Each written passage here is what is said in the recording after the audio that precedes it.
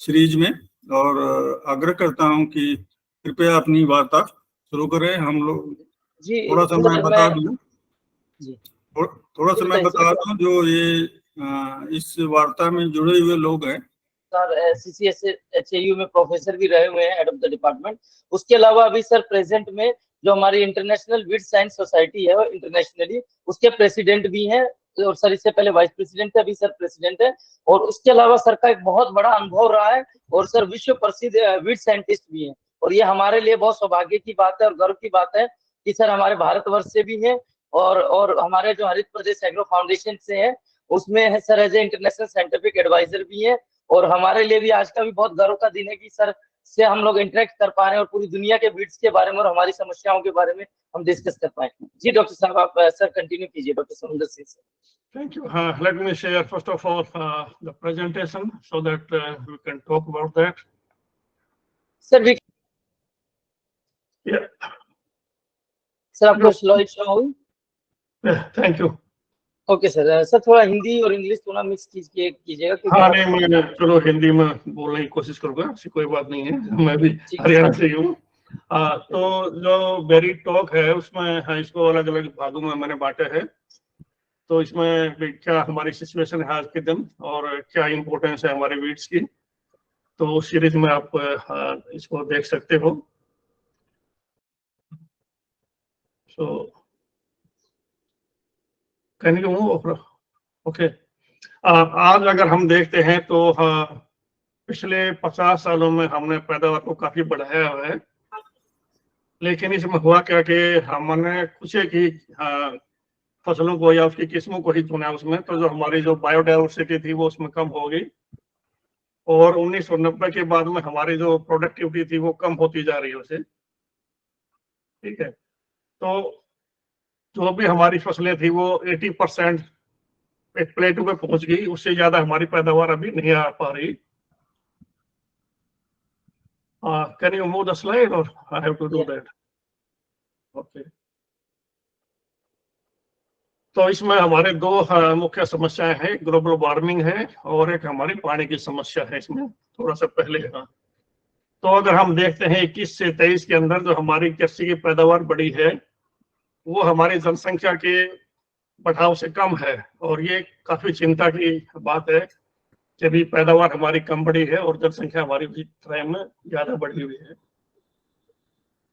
तो इसमें 800 मिलियन लोग जो ग्लोबल में पूरे देश में है, पूरे ब्रह्मांड में हैं, वो अंडर नरिश्ड हैं, और 22% उसमें बच्चे हैं जिनकी ग्रोथ स्टंटेड है।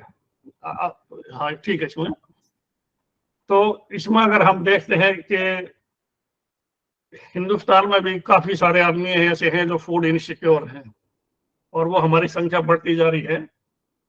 जहां तक खरपतवारों की बात है, अगर हम खरपतवारों की रोकथाम कर लेते हैं तो उससे जो हमारा नुकसान है वो सबसे कम होगा, क्योंकि 74% तक जो खरपतवार है वो आपका नुकसान कर सकते हैं, जबकि आपके कीड़े मकोड़े या बीमारियां हैं वो 32 से 39% ही नुकसान करती हैं। और अब अगर हम देखते हैं कि भी हमारा जो नुकसान है वो किस तरह होता है घास से, तो ये अलग अलग फसलों के अंदर मैंने देखा है भी कितना घास जो है नाइट्रोजन, फास्फोरस और पोटास को ग्रहण कर लेते हैं और जो फसल को नहीं मिल पाता। और ये भी हम सबको पता है कि भी भारत सरकार इस पर सब्सिडी देती है, और वो सब्सिडी भी बहुत ही ज्यादा है। 2.5 लाख करोड़ रुपए की सब्सिडी भारत सरकार हमारे किसानों को दे रही है। और ये जो खरपतवार हैं काफी मात्रा में हमारे नाइट्रोजन, फास्फोरस और पोटास को ले लेते हैं, और इसमें जो पौधों की वृद्धि होती है फसलों की वो कम हो जाती है, और हमारा जो नुकसान है वो कम से कम 20 से लेके और 64% तक ये नुकसान हो जाता है हमारा। तो काफी गंभीर समस्या है ये हमारी। इनकी रोकथाम के लिए वर्ल्ड वॉर 2 के बाद में, 45 के बाद में हमारे पास कुछ हर्बिसाइड्स आ गए थे, और अगर हम देखते हैं कि भी हर्बिसाइड अभी भी काफी तेज रफ्तार से बढ़ रहे हैं उनका जो प्रयोग है, और 22 से अगर 27 के बीच में अगर हम देखें तो उनकी वृद्धि 10.8% हर साल हो रही है, और 22 से अगर हम 27 को देखें तो हमारी 34 से 57 बिलियन अमेरिकन डॉलर की इसकी जो है ना खपत होने की संभावना है। जहां तक प्रयोग की बात है, हिंदुस्तान का नंबर काफी कम आता है। सबसे पहले अमेरिका है, अर्जेंटीना, चाइना ये आके, और हम तो जो है ना बहुत ही कम अमाउंट में हर्बिसाइड यूज कर रहे हैं, लेकिन उसके बाद भी हमें समस्या है। और ये समस्याएं हैं, यूं भी हम हर्बिसाइड यूज करेंगे हमारी समस्याएं बढ़ेंगी। ओवर द टाइम ये घास मारना बंद कर देंगे। और अगर हम पूरे विश्व में देखें तो 544 हमारे घास के बायोटाइप हैं जो हर्बिसाइड से मरना बंद हो चुके हैं। और इसमें ये जो घास से हमें समस्या है, ये बेहतर देशों में फैली हुई है, और 99 फसलों में ये हमारी समस्या है। और 170 हर्बिसाइड है वो काम करना छोड़ गए, और इनका जो मोड ऑफ एक्शन है वो अलग अलग है। वो 31 हमारी क्लासेस हैं, 31 क्लासेस में 23 में ऐसे हर्बिसाइड हैं जो काम करना छोड़ गए हैं। जो नए हर्बिसाइड हैं वो जल्दी से नहीं आते। आप स्लाइड एक बार चेंज करना, नेक्स्ट जो प्लीज। तो उसमें क्या होता है कि टाइम भी काफी लगता है, और दूसरा कीमत भी बहुत ज्यादा उसमें आती है जो ना। और भारत जैसे देशों में कोई भी हर्बिसाइड आज नहीं बनते जो ना। ये अमेरिका, यूरोप, जापान, चाइना कुछ एक देशों में ही है उनकी संभावना जो करते हैं। और हमारे सबसे बड़ी समस्या ये है गेहूं के अंदर, जिसमें कणकिया, मंडोसी, जई, लोमड़ घास, जंगली पालक और बाथू ये हर्बिसाइड से मरना बंद हो चुके हैं दोनों। तो इसके साथ में जो अगली समस्या है वो है क्लाइमेट चेंज की जो ना। जो वातावरण हमारा अभी बदल रहे हैं, अगर आधा डिग्री तापमान हमारा बढ़ जाता है तो हमारी जीडीपी 6% कम हो जाएगी। और जिस हिसाब से हमारी समस्या है, जो तापमान हर बार तापमान रिकॉर्ड बनाता है, तो हमारी पैदावार कम होगी। उसमें जो रिसोर्सेज हैं जो पौधे को मिलने चाहिए, जैसे खाद पानी, वो कम मिलेंगे। और सबसे बड़ी समस्या है हमारे पेस्ट की जो ना। जो भी हमारा घास है वो और मजबूत हो जाएगा। इसी तरह हमारे कीड़े मकोड़े हैं, और जो हमारे वेदर के इवेंट है वो अनप्रेडिक्टेबल हो गए। बारिश कभी होती है, कभी बहुत लेट होती है, कभी थोड़े टाइम हो जाती है। तो ये हमारी मुख्य समस्या है जो तापमान से जुड़ी हुई है।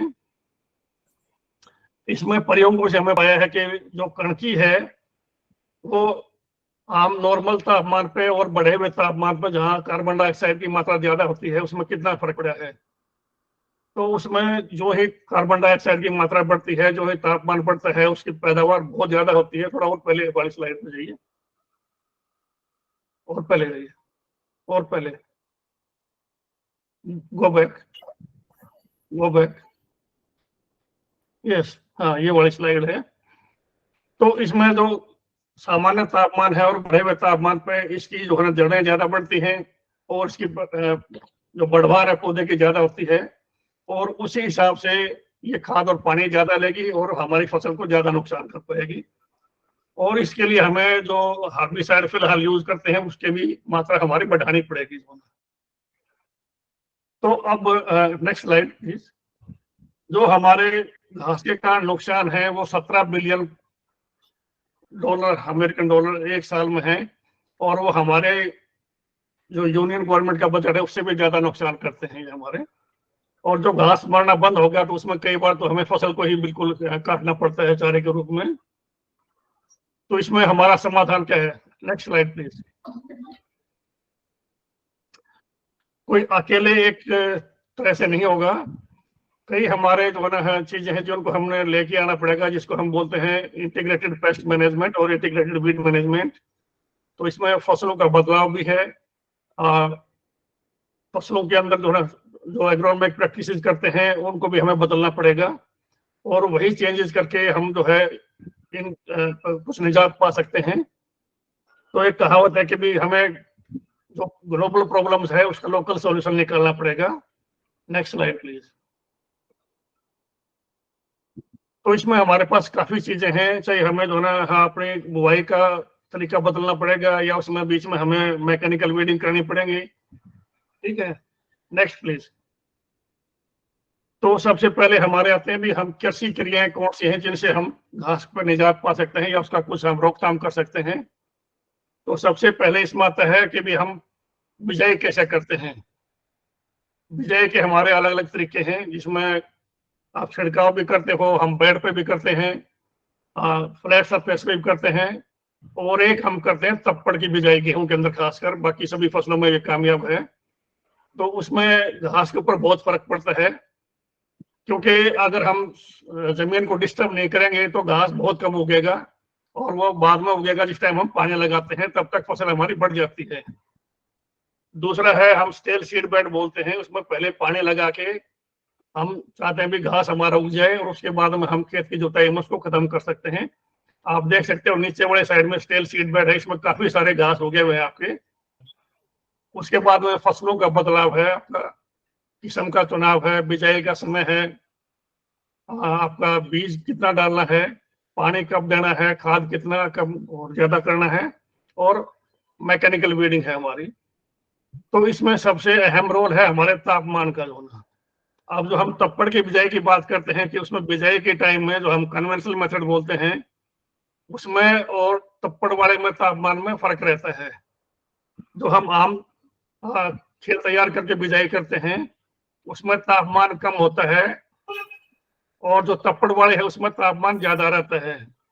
काफी सारे हमारे घास हैं जो कम तापमान पर उगते हैं, और जिस टाइम हमारी फसल पकती है अप्रैल के अंदर, खासकर जैसे मैं गेहूं की बात कर रहा हूँ, तो जो हमारी कन्वेंशनल सोइंग मेथड है उसमें तापमान हमारा 36 डिग्री मिला है हमें, जबकि जहां हमने तप्पड़ की उसमें 33 डिग्री का तापमान मिला है। तो 3 डिग्री का तापमान है वो पौधे के बढ़ाव के लिए, दाने के पकने के लिए 1 हफ्ते के बराबर कंट्रीब्यूट करता है। नेक्स्ट, अब हमारे इसमें किस्मों का चुनाव, हम वही किस्में चुनाव करते हैं जिनका शुरू में बढ़वार ज्यादा हो, जो घास को दबा दें और आखिर तक हरापन उनके अंदर रहे जो ना। दूसरा है बीज की मात्रा। बीज की मात्रा अगर हम 25% तक बढ़ा देते हैं तो वो घास को दबा देती है। और एक बीच में आप देख रहे हो फोटो, इसमें जो ना गेहूं की बिजाई की है धान के बाद में, एक में हमने जो ना जो फ्लडिंग के बाद में गेहूं, धान के बाद में गेहूं लगाते हैं उसमें पीलापन दिख रहा है, जबकि जो हमने ड्रिप से लगाई है दाएं तरफ वाली इसमें हरापन ज्यादा है, जबकि खाद बाएं तरफ वाली में ज्यादा डला हुआ है 30 किलो यूरिया। नीचे वाली फोटो में आप देखोगे कि तो जो है कन्वेंशनल टिलेज है और दाएं तरफ है जीरो टिलेज। जो जीरो टिलेज वाली फसल है वो अभी भी ज्यादा आपको ग्रीन नजर आ रही है, तो ये हमारे पैदावार को बढ़ाने में मदद करता है। Next slide. तो जो हमने तप्पड़ में जो बिजाई की है उसकी आप देख सकते हो कि पैदावार ज्यादा आती है, उसका यही हमें फायदा मिलता है कि तापमान, और जो स्टबल्स हमारे खेत में रह जाते हैं वो तापमान को कम करते हैं, और अगर बारिश ज्यादा होती है तो भी वो पानी नीचे चला जाता है, पानी खड़ा नहीं रहता है, इसलिए फसल के अंदर पीलापन नहीं आता। नेक्स्ट,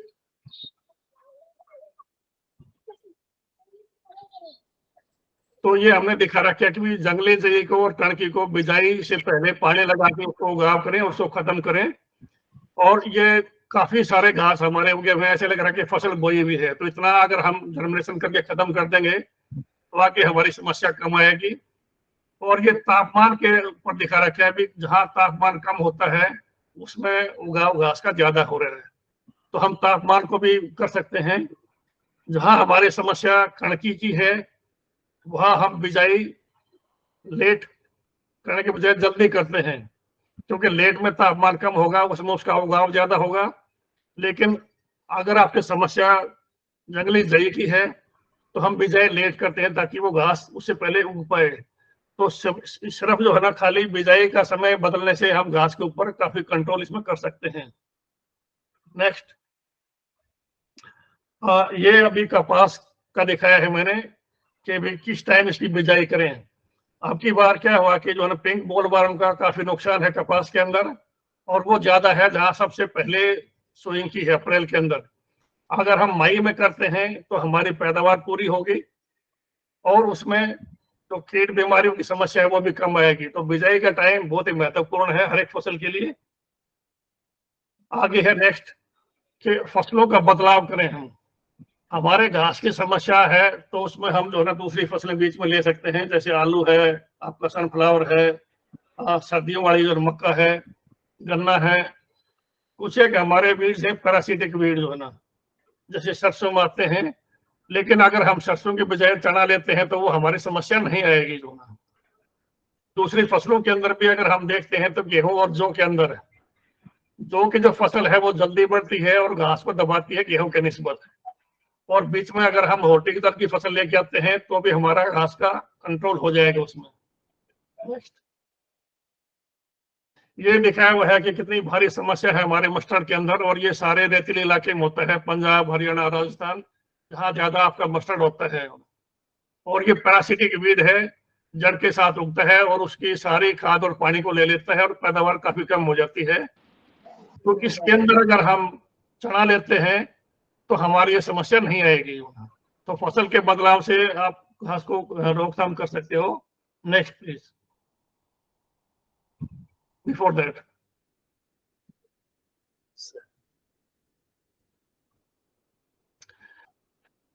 हाँ, इसे पहले और है सर, वो इसमें मेरे वाले में शो नहीं है।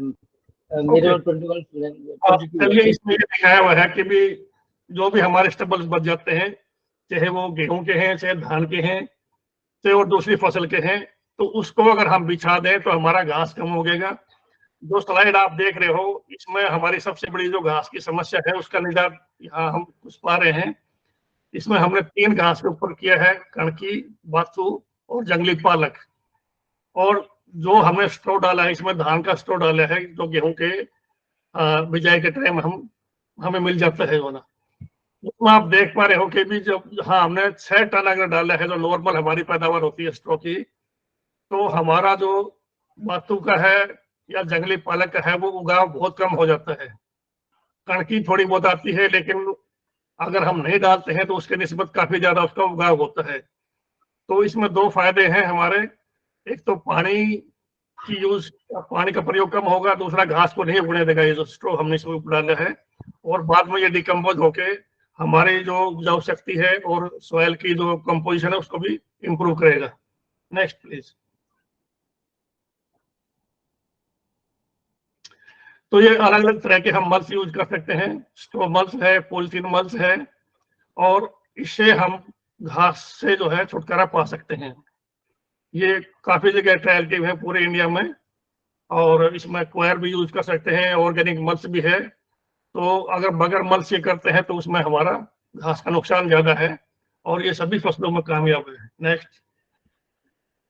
तो इसमें दोनों हमारे फायदे हैं। इसमें हम बीच में इंटरकल्चर भी कर सकते हैं जो वाइड स्पेस क्रॉप है। और अगर हमें नहीं किया तो ये नीचे एक आप स्लाइड देख रहे हो, इसमें एक लाइन में काफी आदमी इकट्ठे हो रही है, पानी लेके जा रहे हैं। पानी खत्म हो गया और ये बहुत दूर दूर से जो है पानी लेके आते हैं, तो हमारे भी ये समस्या आ जाएगी अगर हम अभी से नहीं चेते जो ना। नेक्स्ट।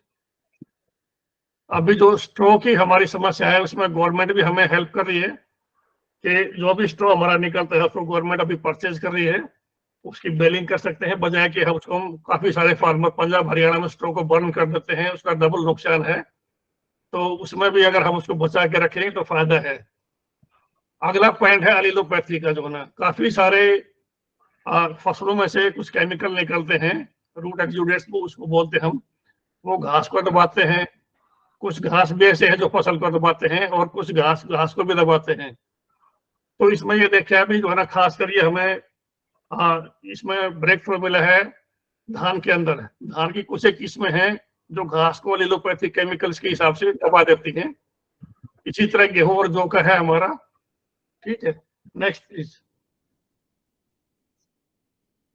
तो काफी सारे एलिलोकेमिकल्स हैं इसमें जो लिस्ट दी हुई है। तो वो जो है पहली फसल का अगली फसल पर क्या असर पड़ता है, जिसमें आपका सनफ्लावर भी काफी इंपॉर्टेंट है। नेक्स्ट। इसी तरह काफी हमारे नेचुरल प्रोडक्ट्स हैं, उनको एज ए हर्बिसाइड हम यूज कर सकते हैं, जिसमें आपका सिट्रिक एसिड है, एसिटिक एसिड है, सोडियम हाइपोक्लोराइड है, और काफी प्लांट बेस्ड हमारे हर्बिसाइड्स हैं जो प्लांट्स की रूट से सेपरेट किए हुए हैं, और as a herbicide organic crops में इनको हम यूज कर सकते हैं। तो ये मैकेनिज्म समझाया हुआ है काफी, ये कैसे काम कर रहे हैं। अब इसमें जो सोडियम हाइपोक्लोराइड है, ये ब्लीचिंग है, आपका जो ब्लीच है, हाउस होल्ड ब्लीच, ये कंसंट्रेशन ज्यादा है, लेकिन ये सभी घास को मारेगा। तो इसका हम सेलेक्टिव प्रयोग करते हैं, और उन जमीनों में नहीं करते जहां हमारा पीएच ज्यादा है। सिट्रिक एसिड एसिटिक एसिड से ज्यादा काम करता है, जबकि एसिटिक एसिड दोनों तरह के घास को मारेगा, सिट्रिक एसिड खाली छोटे पत्ते वाले घास को मारेगा। नेक्स्ट,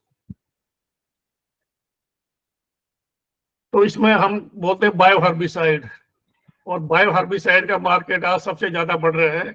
इसका नॉर्थ अमेरिका में 35% मार्केट हो चुका है और लैटिन अमेरिका में 15% ग्लोबल मार्केट जो है वो उन्होंने ले लिया है। और ये जो बायो हर्बिसाइड्स हैं ये आपकी ऑर्गेनिक कंडीशन में ये काफी काम कारगर होते हैं। नेक्स्ट, तो बायो हर्बिसाइड का जो हम मार्केट देख रहे हैं ये 2022 में 12.9 बिलियन का था और 2027 के अंदर ये है 25 बिलियन डॉलर का हो जाएगा। और जो एग्रो माइक्रोबियल्स हैं वो भी 15% से बढ़ रहे हैं। तो जो बायो कंट्रोल का जो मार्केट है वो बहुत ही तेजी से बढ़ रहा है और इसमें हमें भी आगे काफी लगता है कि भी हमें इसमें कारगर मिलेगी। नेक्स्ट, एक हम बात करते हैं इंटीग्रेटेड वीड मैनेजमेंट के।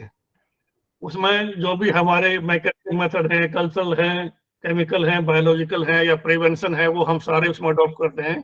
इसमें आपके इंसेक्ट्स हैं या रोडेंट्स हैं वो भी काम करते हैं। नेक्स्ट, ये बायोलॉजिकल कंट्रोल का एक उदाहरण है जिसमें कांग्रेस घास को बीटल के द्वारा हम काफी नुकसान कम कर सकते हैं। इसी तरह हमारे जो है ना साल्विनिया है उसका भी हम बीटल के थ्रू कर सकते हैं। इवन जो आपकी चींटियां हैं वो भी घास के बीज को उठा के एक जगह अपने बिल में इकट्ठे कर सकते हैं और वो खेत से जो निकाल लेते हैं उसमें। इसमें जो कांग्रेस घास है उसको थोड़ा बहुत मात्रा में आपकी भेड़ खा सकते हैं या पशु खा सकते हैं लेकिन ज्यादा नहीं खाएंगे। लेकिन ये जो बीटल है ये काफी इसको नुकसान करती है और ये बीटल किसी और फसल में नुकसान नहीं करती, सिर्फ कांग्रेस घास को ही खाती है और इसका जो बीज है वो 90% कम कर देती है पैदावार। नेक्स्ट, ये हमारे लोकल मेथड्स हैं। ये जो अलग अलग आपको घास दिखाई दे रहे हैं, चाहे आपका जंगली सनफ्लावर हो, सोडा फ्रिटिकोसा है, कैशिया है, तो ये आपके पार्थेनियम को उगाएंगे, दबाएंगे। जहां पे रोड साइड के ऊपर पार्थेनियम की समस्या है, इन पौधों को अगर हम अलाउ कर दें तो ये कांग्रेस घास को काफी रोक पाएंगे। नेक्स्ट, ये देखा है कि बायोलॉजिकल मार्केट वर्ल्ड में कितनी तेजी से बढ़ रहा है और हमें भी इसका फायदा उठाना चाहिए। नेक्स्ट, ये एक जो है ना सॉइल पैथोजन है, माइक्रोब्स हमने जो है ना सेलेक्ट किए थे हमारे माइक्रोबायोलॉजी डिपार्टमेंट में और बीज को ट्रीट करके हमने कणकी के साथ में इनकी बिजाई की थी। और आप देख रहे हो कंट्रोल के बजाय जो बैसिलस आपके सबटिलिस है इसने इसके उगाव को बिल्कुल रोक दिया जो ना। ठीक है, तो दोनों जो है ना हमारे माइक्रोब्स जो हैं ये फसल को बढ़ाते हैं, गेहूं को, और अगर फसल की पैदावार ज्यादा होगी तो वो भी घास को रोकेगा। इसमें मेन समस्या हमारे ये आती है कि फील्ड में जो हमारा घास पड़ा है उसके बीज को हम ट्रीट नहीं कर पाते, लेकिन ये है कि इसको रिफाइन हम कर सकते हैं और वीट के साथ में इसको हम ट्रीट करते हैं। एक्सक्यूज मी,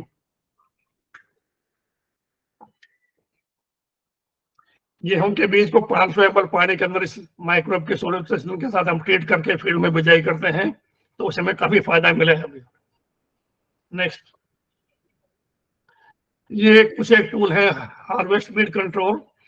जिस टाइम हम फसल को हार्वेस्ट करते हैं ये हार्वेस्टर हैं और इनके अंदर प्रोविजन है या तो ये उसको जो घास का बीज अलग करके उसको जो क्रश कर देते हैं या उसको बर्न कर देते हैं, तो अगली बार हमारे फील्ड में घास का जो है बीज कम जाएगा और आगे हमारी समस्या कम होगी।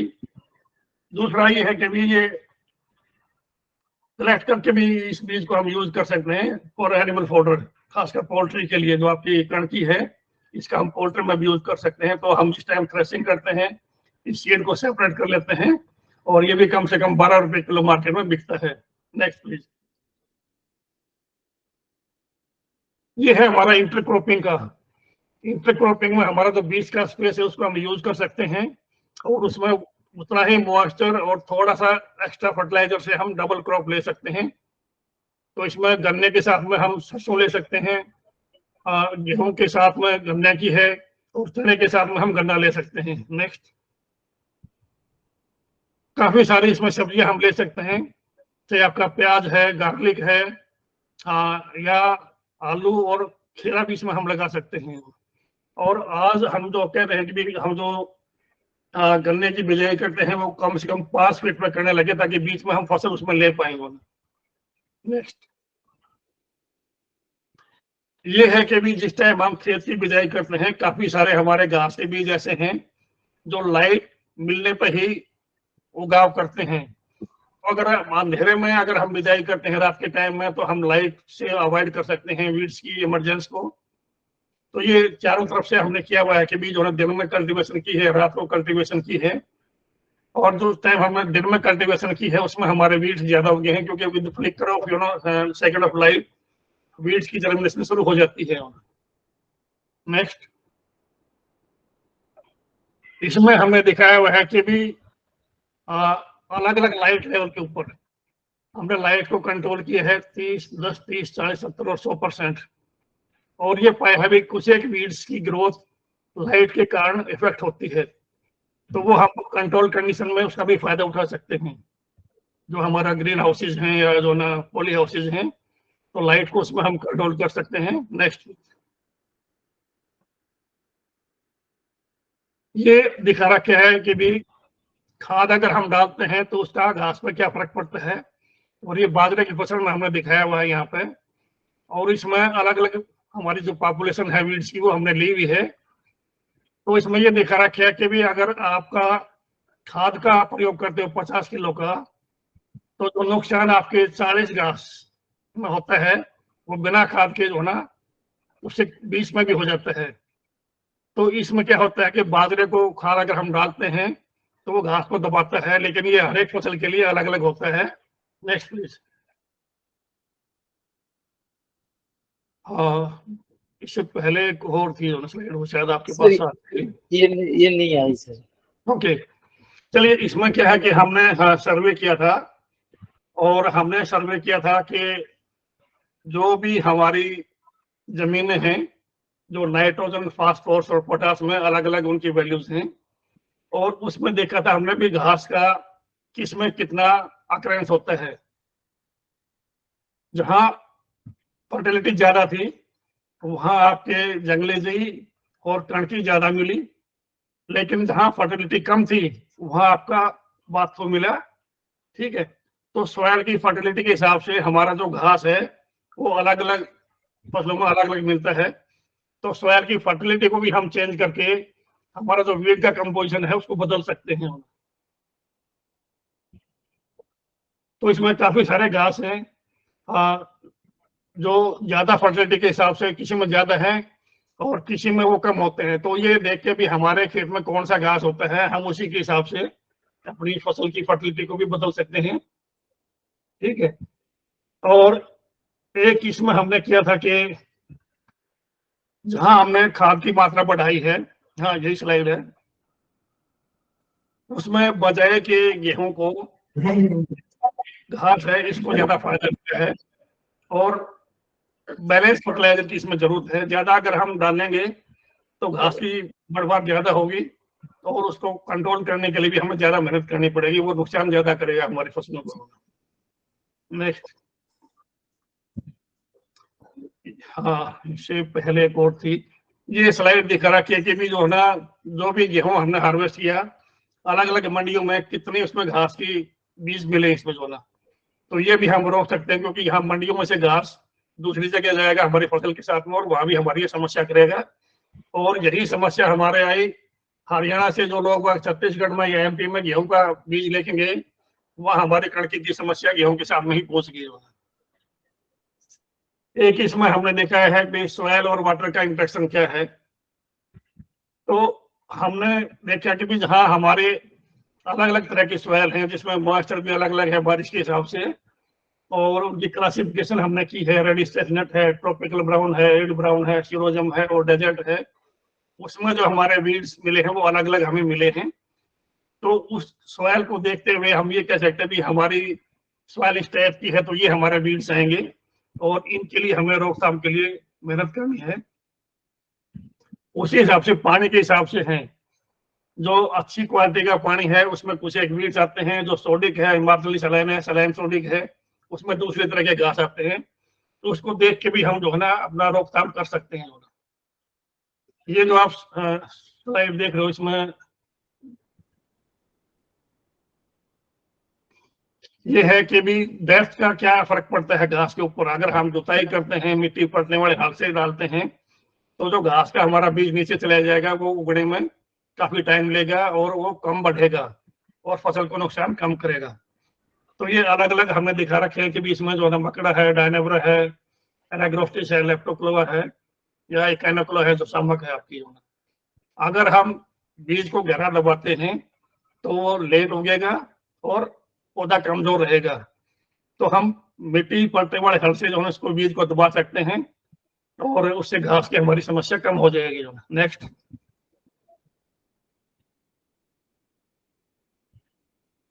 ये भी इकोलॉजिकल कंट्रोल देखा रखा है कि अलग अलग तरह के जो है हमारे घास हैं, तो जो है अगर इनको जो है 4 सेंटीमीटर से ज्यादा गहरा दबाते हैं तो ये उगने में असमर्थ होते हैं।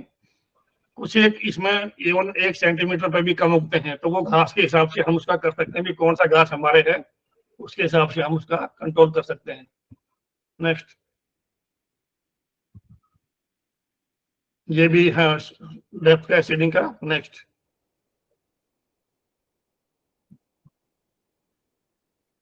हाँ, ये क्लासिकल एक्सपेरिमेंट है जो हमने 5 एकड़ फील्ड में 5 साल तक फार्मर फील्ड पे किया था। और इसमें हमारा जो कन्वेंशनल मेथड है सोइंग का, वो है 0 के बाद में कन्वेंशनल है, और कन्वेंशनल के बाद में 0 है, डबल 0 है, और मिनिमम टिलेज के बाद में 0 टिलेज है। 5 साल के बाद में हमने सॉइल सीड बैंक चेक किया 0 से 5, 5 से 10 और 10 से 15 सेंटीमीटर पे। जहां हमने डबल 0 टिलेज गेहूं में धान में अपनाया हुआ था, वहां बीज की मात्रा बहुत ही कम निकली। लेकिन अगर आप मिनिमम टिलेज पर जाते हो एक बार भी, तो भी आपके घास की समस्या बढ़ जाती है। नेक्स्ट, ये जो हमारे पंजाब, हरियाणा, नॉर्थ इंडिया में सबसे बड़ी समस्या है कणकी की। इसके बीज को हमने जो हमारी क्रॉप की रोटेशन है, गेहूं के बाद में धान है या गेहूं के बाद में हमारी कपास है, उसमें इनको हमने 30 सेंटीमीटर पे दबाया था बीजों को, और हर 15 दिन में इनके बीज निकाल के उनका जर्मिनेशन हमने चेक किया। तो ये पाया कि जहां हम धान लेते हैं वहां इसकी वायबिलिटी 700 दिन तक निकली है, लेकिन गेहूं के बाद में जहां हम कपास लेते हैं तो 1 साल में ही कणकी का बीज हमारा खत्म हो जाता है। ये बायोलॉजी की जो इंफॉर्मेशन है काफी इंपॉर्टेंट है, क्योंकि इसके हिसाब से हमें ये पता लगा कि भी इसका बीज जमीन में सिर्फ 2 साल तक ही रहेगा। अगर हम 2 साल तक उसका कंट्रोल कर लेते हैं तो आगे हम ये सोच सकते हैं कि भी हमारे इस घास की समस्या नहीं रहेगी, प्रोवाइडेड वो पानी के साथ में, बीज के साथ में या हवा से ना आए। तो जो अनारोबिक कंडीशन है उसमें ये 2 साल तक सर्वाइव किया, एरोबिक कंडीशन में 1 साल में इसका बीज खत्म हो गया। नेक्स्ट, ये इसमें देखा रखा है कि ऊपर वाले जो लाइन है वो है हमारा जो हमने लैब में सीड रखा हुआ था, और जो बीच वाले 2 लाइन है ये 2 हमारे बायोटाइप है, ससेप्टेबल और रेजिस्टेंट। तो ये देखा रखा भी इसका जर्मिनेशन ज्यादा तक रहा, और उससे नीचे वाले जो 2 लाइन है उसमें ये बता रहे हैं कि भी जहां हमने गेहूं के बाद में कपास ली उसमें कितना जो 6 महीने के बाद में ही इसकी वायबिलिटी खत्म हो गई। नेक्स्ट, जो भी घास उगता है वो अलग अलग तापमान पर अलग अलग टाइम में उगता है। तो ये एक डाटा अमेरिका से मैंने लिया हुआ है, इसमें देखा रखा है भी कौन से हफ्ते में कौन सा घास उगता है, और उसी तरह हम देख लेते हैं भी हमारे फसल में, हमारे खेत में कौन सा घास किस टाइम ज्यादा उगता है, उस टाइम को अवॉइड करके हम बिजाई करते हैं तो उस घास से हम निजात पा सकते हैं। नेक्स्ट, अब बात आती है पानी की। एक बीच में 3 स्लाइड थी वो शायद आपको दिख नहीं पा रही, वो है सॉइल सोलराइजेशन का होना। हाँ, ये वाली होना। तो सॉइल सोलराइजेशन का ये है कि भी गर्मियों के टाइम में अगर हम पॉलिथीन शीट लगा के और टेम्परेचर को बढ़ाते हैं जमीन में तो काफी सारा घास हमारा खत्म हो जाता है। और इसमें हमने कणकी के बारे में देखा हुआ है, अगर हम तापमान इसमें 60 डिग्री भी करते हैं लेकिन नमी नहीं है तो ये घास पर भी जिंदा रहता है। अगर खेत में नमी है और तापमान हम बढ़ाते हैं तब इसका जो है बिल्कुल डिकम्पोज हम कर सकते हैं। तो सॉइल सोलराइजेशन गर्मी में हम कर सकते हैं, और उसमें काफी तरह के घास या जो नेमेटोड्स हैं उनको भी हम खत्म कर सकते हैं। नेक्स्ट, अब बात आ जाती है पानी की जो है ना, क्योंकि पानी का भी घास के साथ में रिलेशन है। तो जहाँ पानी होगा वहीं घास की हमारी पैदावार ज्यादा होगी। हमारे पास जो पानी है वो काफी कम है। जनसंख्या हमारी दुनिया के 18% है और पानी मात्र 4% है। और जो पर कैपिटा हम देखते हैं भी पानी कितना हमें चाहिए, तो एक जमींदार को 4.9 से 5.8 मिलियन लीटर एक साल में पानी चाहिए।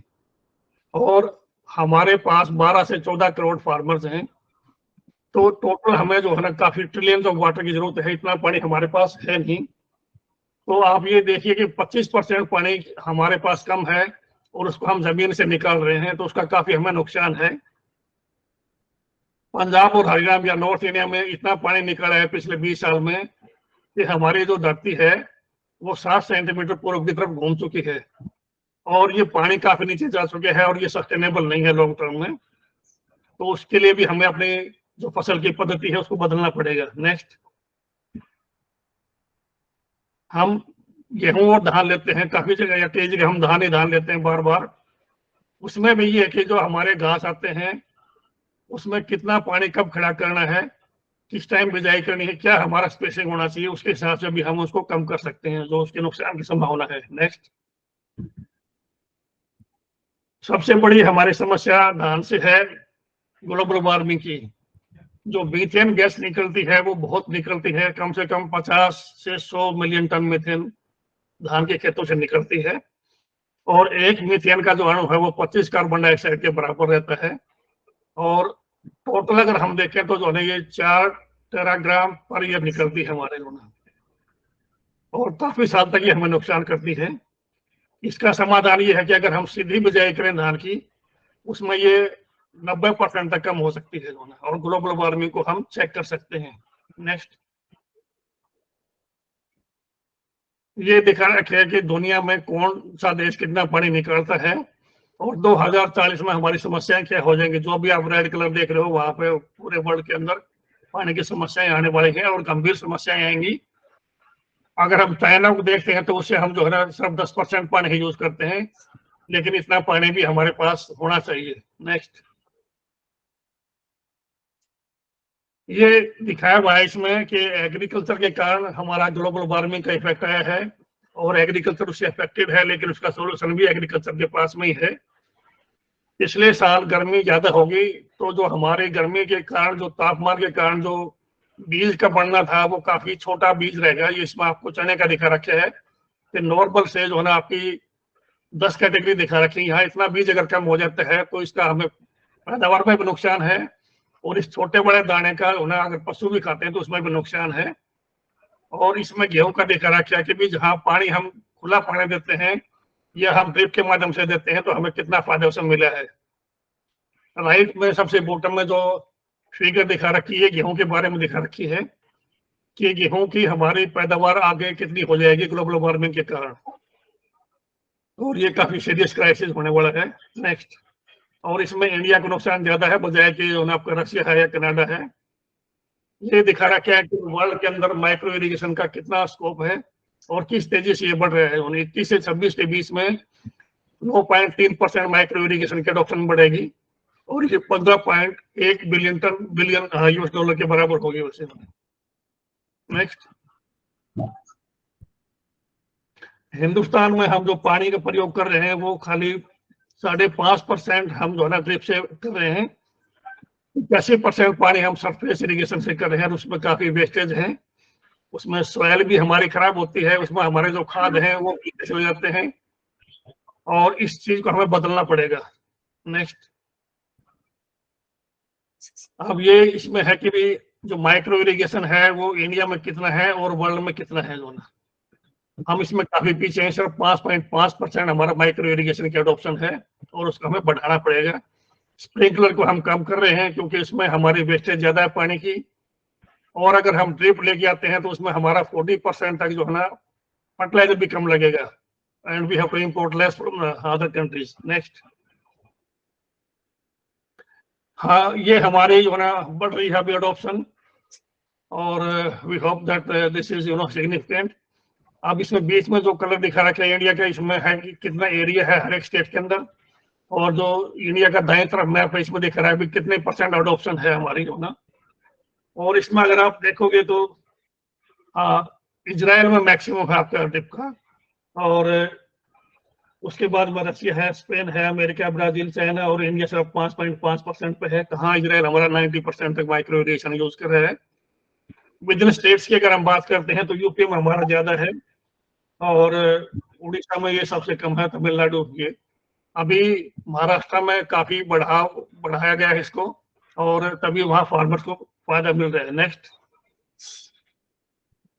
ये ड्रिप इरिगेशन का यहाँ फायदा दिखा हुआ है। हमने पहली बार धान में ड्रिप इरिगेशन से जो है पैदावार ली, और 5 से 12 क्विंटल पर हेक्टेयर हमारी पैदावार ज्यादा हुई। इसमें आप देख सकते हो यहाँ लेफ्ट साइड में ड्रिप है, बीच में इसके दिखा रखे कि पेनिकल की लेंथ कितनी ज्यादा हुई है हमारे ड्रिप में कंपेयर टू फ्लड इरिगेशन। और ये जो फ्लड इरिगेशन है इसमें बीमारी आई हुई है, जबकि हमारे ड्रिप में कोई बीमारी नहीं आई। दाना लंबा मोटा था, उसका रेट भी मार्केट में 100 रुपए ज्यादा मिला। उसके बाद में हमने उन्हीं खेतों में गेहूं लिया हुआ है, और गेहूं में भी आप नीचे देख सकते हो कि गेहूं की जो ईयर हेड है वो काफी लंबी है, और इसमें हमारा 10 क्विंटल पर हेक्टेयर के हिसाब से ज्यादा प्रोडक्शन हुआ। और ये आप देख सकते हो यहाँ जो ग्रेन साइज है, ग्रेन साइज भी बड़ा है, बायोलॉजी के लिए भी पर स्क्वायर मीटर में फार्मर खुद लिए हुए हैं, ये भी ज्यादा है। ये बीच वाले में 2 सिलेंडर दिख रहे हैं आपको, इसमें क्या दिखा रखा है कि वेट बाय वॉल्यूम कितना डिफरेंस है आपका जो ना, जहां हमारे फ्लड में 140 ग्राम निकले हैं उतना ही वॉल्यूम में, वहीं हमारा ड्रिप के अंदर 158.5 ग्राम इसका वजन निकले है। तो हमारा वेट भी ग्रेन्स का ज्यादा है, पैदावार भी ज्यादा है, पानी तो ऑब्वियसली बच रहा है, लेकिन क्वालिटी हमारी इसमें इंप्रूव हो रही है। नेक्स्ट, यही बेनिफिट्स हमें कॉटन में मिले हैं। यहाँ अगर आप देख सकते हो ऊपर वाले जो 2 फील्ड हैं, ये किसी फार्मर ने अभी 20 एकड़ में पहली बार लगाया है ड्रिप से जो इसमें इरिगेशन की है। 10 मिनट के अंदर 4 एकड़ की सोइंग कर सकता है, मिनिमम वाटर हमारा यूज हो रहा है। और क्योंकि ये वाइड स्पेस है तो इसमें हम इंटरकल्चर आसानी से कर सकते हैं, तो इसमें वेट की समस्या हमारे नहीं आएगी। लेकिन जहां भी हमने फ्लड इरिगेशन से किया है वहां हमारी घास की समस्या ज्यादा बड़ी है। आप बॉटम राइट साइड में देख सकते हो, इसमें घास और वही उगेगा जहां पानी निकलता है, और उसकी हम रोकथाम कर सकते हैं। और ये सरफेस इरिगेशन का है, और ये जो है बाएं तरफ वाला सबसे बॉटम का जो फोटो है, तो ड्रिप में और सरफेस इरिगेशन में आप देख सकते हो दिन रात का इसमें फर्क है आपका जो। Next please. हमने तीनों मेथड को कंपेयर किया है, स्प्रिंकलर है आपका, मिनी स्प्रिंकलर है और ड्रिप है। और ये पाया है कि जहां पे हमने ड्रिप इरिगेशन यूज की है वहां पैदावार का मेन कारण है कि नंबर ऑफ बॉल्स ज्यादा थे, फ्रूटिंग ज्यादा हुई, और बॉल का वेट ज्यादा है बजाय कि आपके सरफेस फ्लडिंग के होगा। इसमें जो मैनुअल पिकिंग होती है वहां लेबर भी इसमें जल्दी आती है कि जी हाँ ड्रिप वाले में हम करेंगे, क्योंकि 1 घंटे में जो भी पिकिंग करते हैं उसका वेट उनका ज्यादा होता है, and they are paid by weight. तो ये भी हमें ड्रिप का इसमें फायदा है। नेक्स्ट, इसमें हमारे पास इंटरकल्चर के सारे ऑपरेशन हैं, ठीक है। आप ट्रैक्टर से कर सकते हो, बैलों से कर सकते हो, और आपके पास मिनी रोटावेटर भी है, तो इसमें घास की हमारी समस्या नहीं आएगी क्योंकि वाइड स्पेस क्रॉप है, और हम मैकेनिकल वीडिंग इसमें कर सकते हैं कॉटन में। नेक्स्ट, ये हमारे शुगर केन का है, तो पहली बार हमने सब सरफेस ड्रिप इरिगेशन का भी इसमें यूज किया हुआ है। और यहाँ आप देख सकते हो कि भी नॉर्मली शुगर केन का इमरजेंस 30 दिन में होता नहीं, लेकिन इसमें आपके 2 फीट तक की गन्ने की पैदावार है, और उसके बीच वाले में आप देख सकते हो कि जो 6 फीट तक गन्ना बढ़ चुका है विद इन 2 मंथ्स। और जहां हमारा फ्लड इरिगेशन है उसको मिडिल में जो फोटो है लेफ्ट साइड में, उसकी पैदावार बहुत कम है। इसमें हम इंटरक्रॉपिंग भी कर सकते हैं, मल्चिंग भी कर सकते हैं, और जो भी बेनिफिट मिलना है वो काफी ज्यादा है। सब सरफेस ड्रिप का इसकी लाइफ बढ़ जाती है, और फार्मर को बार बार निकालना नहीं पड़ता। हम चाह रहे हैं भी कम से कम 2 के बजाय 3-4 साल तक इसमें आगे पेट्रोल क्रॉप भी लें। नेक्स्ट, ये हमने फ्लडिंग पे दिखाया हुआ है। भी अगर मान लो हमारा पानी खड़ा करते हैं हम जैसे धान में, तो घास के ऊपर क्या फर्क पड़ेगा जो ना, कुछ एक घास है जो बिल्कुल खत्म हो जाते हैं, कुछ एक असर नहीं पड़ता। तो डिपेंडिंग अपॉन हमारे पास कौन सा वीड है, we can apply that method. Next, अब जो नए हमारे पास टूल्स आ रहे हैं, लेजर्स है, ड्रोन्स है, या आर्टिफिशियल इंटेलिजेंस को यूज करके हम उसके हिसाब से भी हम वीड्स को कंट्रोल कर सकते हैं। और इस मामले में रोबोट्स काफी अच्छे हुए हैं, वो वीड को पिक भी कर लेते हैं और वो डिप्लॉय कर लेते हैं। नेक्स्ट, अभी कॉस्ट इंडिया के हिसाब से थोड़ी ज्यादा है। दूसरा ये है कि हम प्रिसीजन वीड कंट्रोल को भी अप्लाई कर सकते हैं कि जहाँ वीड है, हमारा मैकेनिकल जो मशीन है वो सिर्फ वहीं पे काम करेगी, क्योंकि इसके अंदर कैमरा फिट है, तो वहीं जहाँ घास इसको दिखाई देगा वहां उसको उखाड़ देगा। और इसका जो मार्केट है 2022 से आप 30 के बीच में देख रहे हो, काफी ज्यादा इसमें हमारी वृद्धि होती जा रही है, कम से कम 8% पर ईयर के हिसाब से हम इसमें बढ़ रहे हैं। नेक्स्ट, जहां हमारी समस्या है, जहां हर्बिसाइड हमारे फेल हो गए, गेहूं के अंदर भी we have to come back to mechanical weeding, और यही मेथड हमारे पास भी बचा है। We have to go to back to the basics for that. Next, हाँ, इसमें हमारा जो रिमोट सेंसिंग का है, जो प्रोसीजन एग्रीकल्चर का है, वो टूल्स हम यूज कर सकते हैं। मशीन के अंदर कैमरा फिट है और वो वहीं वीड को उखाड़ेगा जहां हमारे वीड की समस्या है। नेक्स्ट, ये अलग अलग तरह के रोबोट्स हैं, और जो रोबोटिक जो मार्केट है वो सबसे ज्यादा बढ़ रहा है 17.7% पर ईयर के हिसाब से। तो इसमें अलग अलग तरह के रोबोट्स हैं, लेकिन इसमें ये है कि भी हमारी लाइन स्पेसिंग के ऊपर होनी चाहिए। छोटा रोबोट है वो एक दिन में 1 हेक्टेयर की वीडिंग कर लेता है हमारा जोन। नेक्स्ट, उसके बाद में है इलेक्ट्रिक वीड कंट्रोल। इसमें एक मशीन है जो इसमें ऊपर से जो है यहाँ से फायर निकलता है, और जहां हमारा वीड फसल के ऊपर आया हुआ है, इलेक्ट्रिकल शॉक से हम उसकी ग्रोइंग पॉइंट को खत्म कर सकते हैं और वो वीड मर जाएगा। ये सबसे ज्यादा कारगर वही है जहां हमारे ब्रॉडली वीड्स आते हैं और जो फसल से ऊपर आ जाते हैं, और ये ब्लू रिवर टेक्नोलॉजी से मार्केटेड है, काफी यूज हो रहा है इसका अमेरिका में। नेक्स्ट, माइक्रोवेव एक टेक्नोलॉजी है जिससे भी हम वीड्स को खत्म कर सकते हैं। ये थोड़ी सी महंगी है, लेकिन इससे भी हम वीड्स को मार सकते हैं। नेक्स्ट,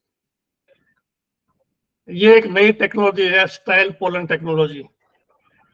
इसमें जो हमारे वीड्स हैं उसके पोलन को हम लेके लैब में स्टाइल करते हैं, रोज का फिर जो ना फील्ड में स्प्रे कर देते हैं, तो उससे उनकी प्रोडक्शन काफी कम हो जाती है, क्योंकि जो आगे बड़ा सीड बनेगा वो कम बनेगा, वायबल नहीं है। आप बॉटम में इसमें 2000 है, इसमें देख रहे हो आप कितना डिफरेंस है सीड प्रोडक्शन में होना।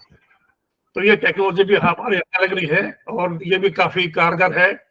जो मुख्य समस्या घास की जो किसी भी हर्बिसाइड से नहीं मर रहा, उसके अंदर स्टाइल पोलन टेक्नोलॉजी काफी इफेक्टिव पाई गई है। नेक्स्ट, तो इसमें देखा रखे भी पोलन की ग्रोथ के हिसाब से कितना फर्क पड़ता है। नेक्स्ट, अब जो फ्यूचर फार्मिंग आ रही है वो आ रही है आपकी इंडोर फार्मिंग, और उसके अंदर लाइट भी हम कंट्रोल कर सकते हैं, इसमें वीड्स की समस्या नहीं आएगी। और 2020 से 26 के बीच में 14.5 से 24.8 बिलियन डॉलर की इसकी मार्केट होती जा रही है, जो 9.4% के हिसाब से बढ़ रही है। नेक्स्ट, अभी जो फ्यूचर फार्मिंग है या हाइड्रोपोनिक्स वाली है, ये काफी कॉस्टली है, लेकिन the time is coming up, और maybe in the future this will be more commercialised. अभी अमेरिका में काफी ट्रायल कर रहे हैं यहाँ पे। तो ये जो टेक्नोलॉजी है काफी तेजी से आपकी बढ़ रही है हाइड्रोपोनिक्स की, और काफी इसमें जो है लोग बाग फसल ले रहे हैं। इवन कई कंट्रीज में तो जो है सी के अंदर भी जो है फार्मिंग करनी स्टार्ट कर दी है। नेक्स्ट हमारा है वर्टिकल फार्मिंग का। ये भी कॉन्सेप्ट जो है ना यूरोप में, अमेरिका में काफी चल रहे हैं, और थ्योरेटिकली स्किल काफी ज्यादा है हमारी, और इसमें वीड की भी समस्या नहीं आएगी। But this is again costly as of today. Next, एक ये टेक्नोलॉजी है CRISPR-Cas9। इससे भी हम कोशिश कर रहे हैं कि जो भी हमारे प्लांट्स हैं वो they become more robust and they can control the weeds also themselves. So in the future this is also going to make a big impact on agriculture. Next, 75% हमारे जो वीड्स हैं उनकी मेडिसिनल वैल्यूज है। All my life I have been working with herbicide, but this is also a very important part of our system. पहले हमारे पास biodiversity के बारे में लोगों को पता था भी किस वीड का किस दवाई में यूज होता है, आज हम वो भूल चुके हैं, and now government is trying to put back this important aspect. तो अगर 75% की जो वैल्यू है तो हम काफी सारा इसमें से मार्केट निकाल सकते हैं, लेकिन ये जो यूटिलाइजेशन है ये सिर्फ उन्हीं कंडीशन में होगा आउट ऑफ द क्रॉप, क्योंकि क्रॉप के अंदर हम यील्ड को इफेक्ट नहीं करना चाहते। लेकिन आगे नहीं होना है, वी हैव टू लुक के भी ये हमारे जो वीड्स हैं ये हमारे एक धरोहर है, ये खत्म ना हो जाए कहीं आगे। So I just would like to conclude with that. Next. तो नई टेक्नोलॉजी हमारे पास आ रही है जो हर्बिसाइड को काफी कम कर देगी। फिलहाल ये नहीं कह रहा मैं बगैर हर्बिसाइड के हो पाएगा, लेकिन इंटीग्रेटेड वे में हम कर सकते हैं। Future is always challenging and science is appealing to us. So to feed the population, जो हमारे 8.1 बिलियन आज पॉपुलेशन है और 2050 तक ये 10 बिलियन हो जाएगी, इसके लिए हमारे जो प्रोडक्शन है वो डबल करनी पड़ेगी और जो यील्ड है वो ट्रिपल करनी पड़ेगी पर यूनिट एरिया, और उसमें कम से कम रिसोर्सेज और कम से कम पानी का हमें प्रयोग करना पड़ेगा। नेक्स्ट, आईपीएम को अडॉप्ट करना पड़ेगा, क्योंकि खाली कोई भी एक सिस्टम हमारा काम नहीं करेगा। हमने वीड्स की ग्रोथ को कम करना है, उसका सीड प्रोडक्शन कम करना है, और जितने भी हमारे पास पॉसिबल मेजर्स हैं we have to adopt them. Next,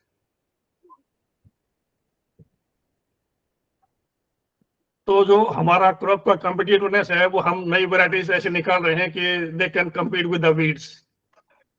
balance fertiliser का यूज करना पड़ेगा। हमारे पास नैनो फर्टिलाइजर्स आ रहे हैं, उनका हम इनकैप्सुलेशन कर सकते हैं ताकि जो है हमारी प्लांट की ग्रोथ ज्यादा हो, और मॉइस्चर को हम रेगुलेट करके वीड्स की प्रॉब्लम को हम कम कर सकते हैं।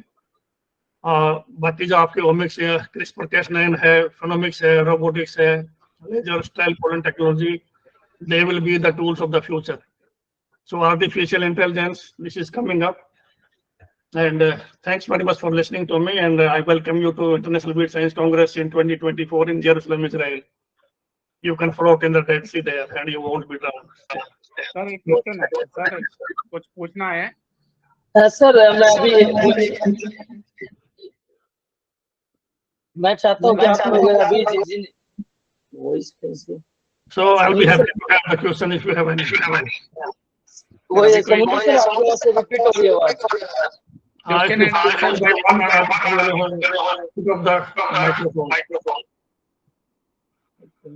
दो माइक्रोफोन आवाज आप लोग एक करके।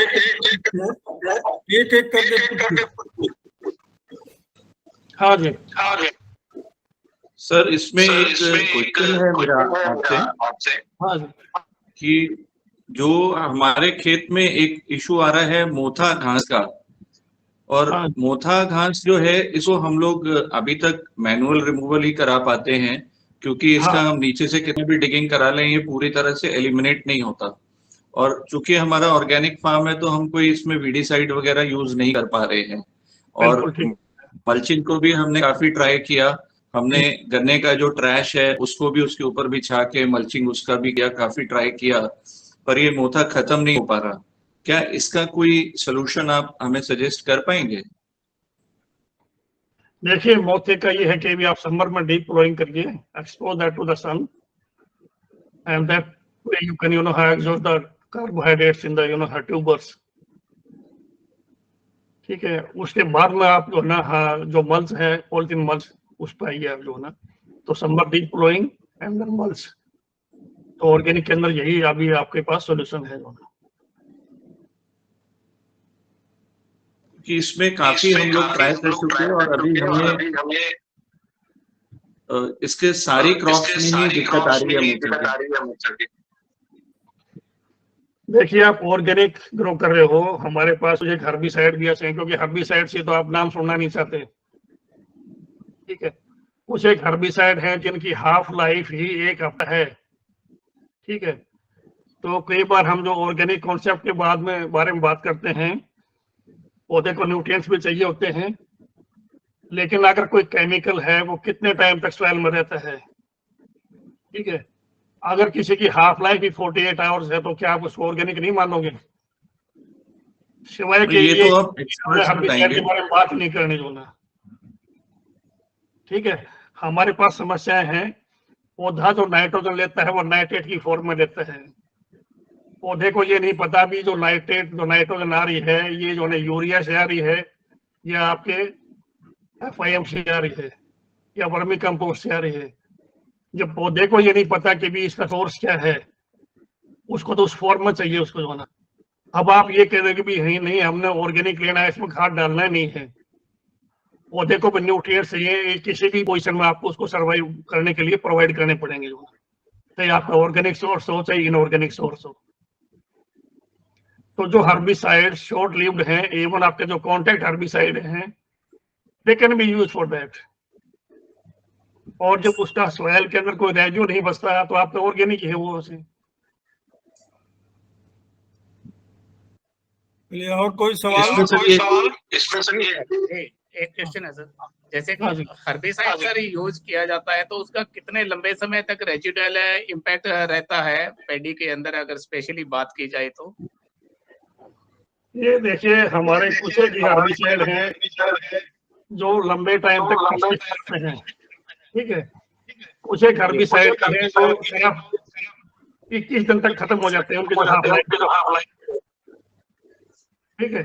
तो अगर हमारा उसमें रेजिडुअल नहीं बचता है तो आई डोंट थिंक कोई समस्या आपकी आएगी।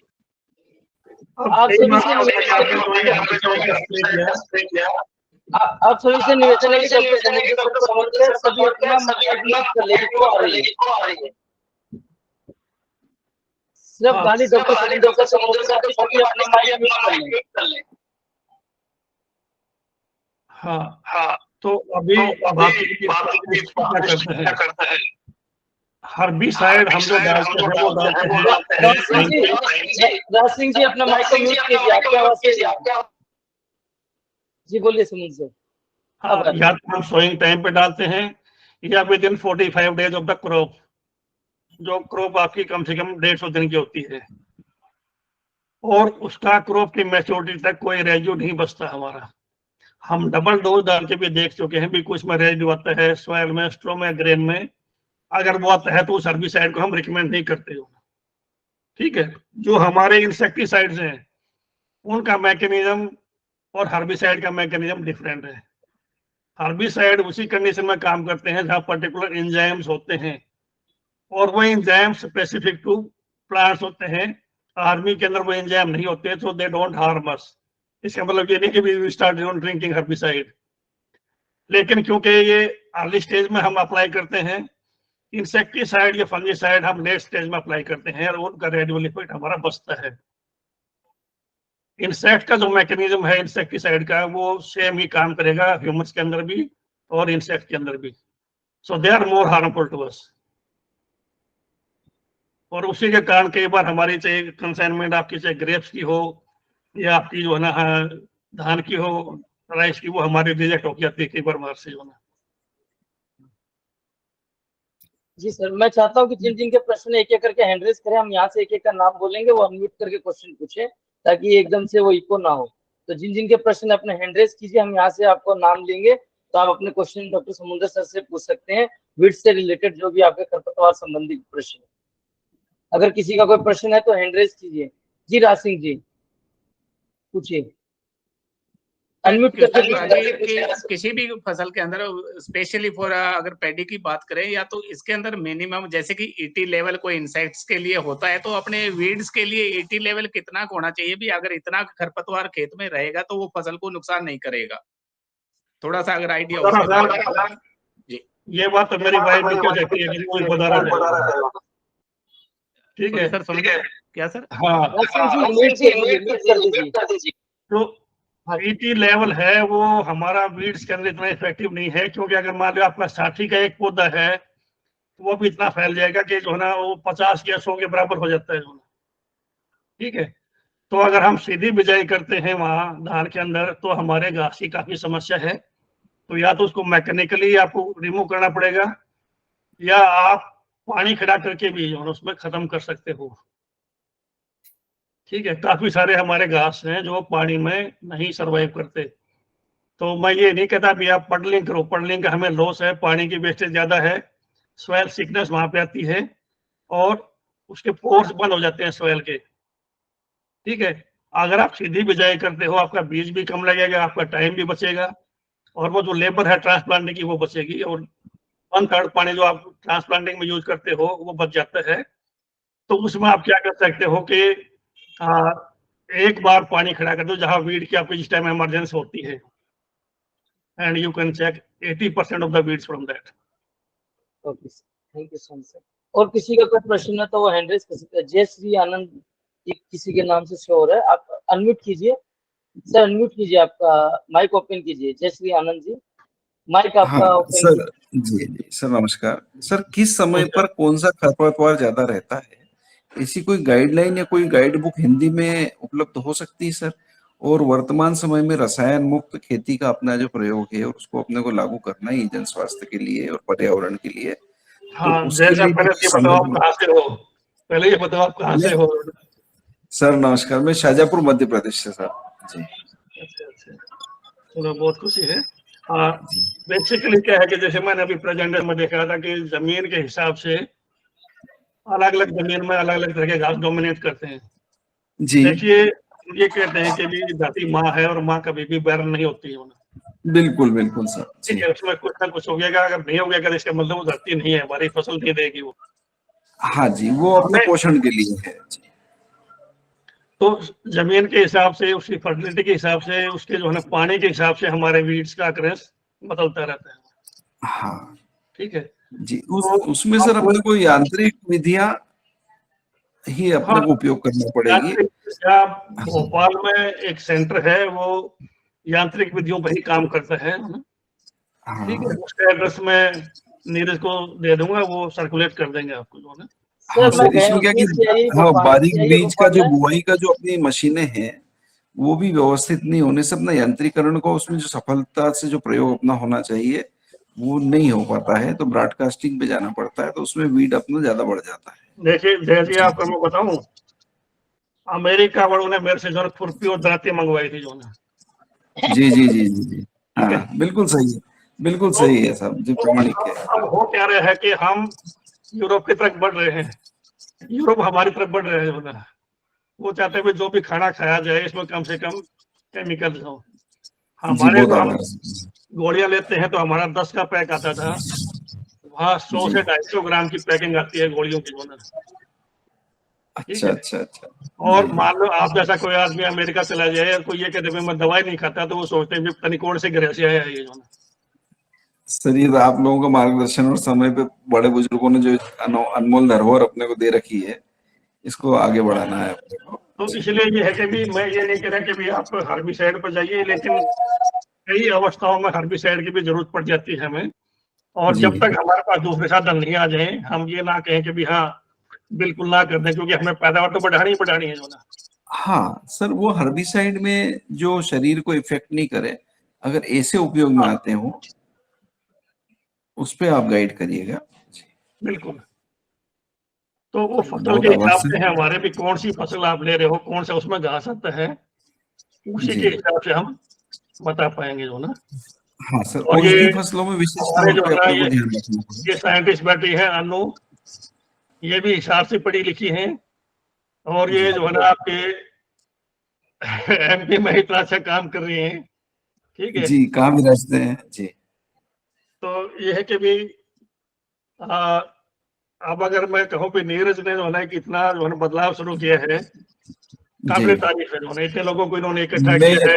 बहुत पाटिल साहब का बहुत आभारी हूँ कि उस मेरे छोटे से व्यक्तित्व को भी आप लोगों ने मेरे आपके साथ जोड़ लिया, वरिष्ठ लोगों के साथ। अरे कोई छोटा नहीं होता। ठीक है, हम मान लेते हैं। आप ये देखिए कि हम यहाँ बात करते हैं वैल्यू की जी। हम जो अपनी जो वैल्यू थी, जो कस्टम थे, उनको हम बोलते जा रहे हैं जी। ठीक है, हम सारे अपने इस फोन में लगे रहे हैं, एक दूसरे से बात तक नहीं करते। जब तक आप किसी से बात नहीं करोगे तो आपको नहीं मिलेगा कि हाँ मेरे को ये समझ है, क्या समाधान निकलेगा। जी सर, निवेदन ये है कि व्हाट्सएप पे नीरज भैया से निवेदन है कि वो सभी के फोन नंबर और उनकी क्या विशेषता है, जैसे अनु दीदी का भी बताया भाई आपने भैया जी, आपके नंबर, अनु दीदी के नंबर ये व्हाट्सएप पे मिल जाएंगे। हम लोगों को कब समय सहज है सबको। जय श्री आनंद जी, मैं इसमें एक चीज बताता हूँ। जैसे मैं डॉक्टर समुद्र सर से रेगुलर जुड़ा हुआ हूँ और अनुज जी से भी हम अभी डिस्कस करेंगे अभी इसी मीटिंग में भी। तो हम लोग क्या है कि आपकी कोई भी बीट्स की समस्या है तो आप मेरे को फॉरवर्ड कर दीजिए, क्योंकि सर का क्या रहता है, सर अभी वो इंटरनेशनल बीट सोसाइटी के प्रेसिडेंट भी, तो सर मोस्टली ट्रेवल में रहते हैं, सभी देशों में जाते रहते हैं। तो आप मेरे को फॉरवर्ड कर दीजिएगा। तो मैं सर से क्या कि कई बार क्या था, एक ही घास होता तो 100% उसी घास के बारे में ना पूछे, तो मैं सर से उसके बारे में पूछ के वो आपको सर्कुलेट कर दूंगा। जी सर, बहुत आभार, बहुमूल्य समय। और हम लोग कोशिश करेंगे उसी ग्रुप में जो हमारा ऑर्गेनिक ग्रुप है उसमें सर को भी हम करें, और बाकी आप लोग के भी सर से डिस्कस करके कोई भी हमारी वीड की समस्या आएगी हम सर से डिस्कस करेंगे और उसके बारे में आपको। जी ओके, धन्यवाद। बहुत बहुमूल्य समय और बहुत हमारा उपयोगी समय आप लोगों ने हमको दिया, इसके लिए आभार और बार-बार आपका सहयोग और आशीर्वाद। सर बाकी किसान भाइयों के भी हम प्रश्न ले लेते हैं, टाइम का अभाव है थोड़ा। अंकुश शर्मा जी। अभी हमारे राजवीर है ना, इतनी बढ़िया किस्में निकाले हैं जो ना सरसों के ऊपर जो है ना, और जिम्मेदार से जुड़े हुए हैं जो ना, ठीक है जी। तो हाँ सर, परिवार ज्यादा होती है तो घास को वैसे दबा देगी जो ना। जी सर, राजवीर सिंह जी से मैं जुड़ा हूँ और बहुत अच्छे अभी HAU में भी ये कार्यरत है और उनके बहुत अच्छे प्रयास और किसानों के लिए बहुत अच्छे उनकी जो समस्याएं उनके लिए काम करते रहते हैं डॉक्टर राजवीर सिंह सर। नहीं, ये अच्छे वैज्ञानिक है ना। जी जी जी। अंकुश जी आप कुछ पूछ रहे हैं? अंकुश शर्मा जी आपका प्रश्न अनम्यूट कीजिए।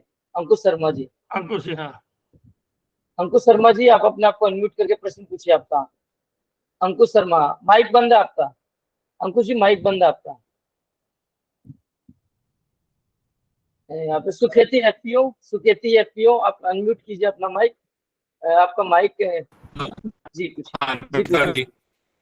जी सवाल तो नहीं, यही जानना चाहता था इसका रिकॉर्डिंग।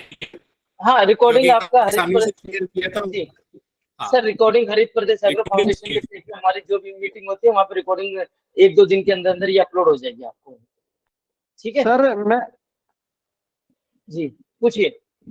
जी सर, कैरेट के अंदर है ना ये मोथा घास काफी हो चुका है सर, और ये इसके अंदर न तो जलाने के लिए कोई दवाई है, हर्बिसाइड है, और न ही इसको निकाल सकते, क्योंकि निकालते हैं ना तो साथ में इसकी गाजर की जो जड़ है वो साथ निकल रही है सर।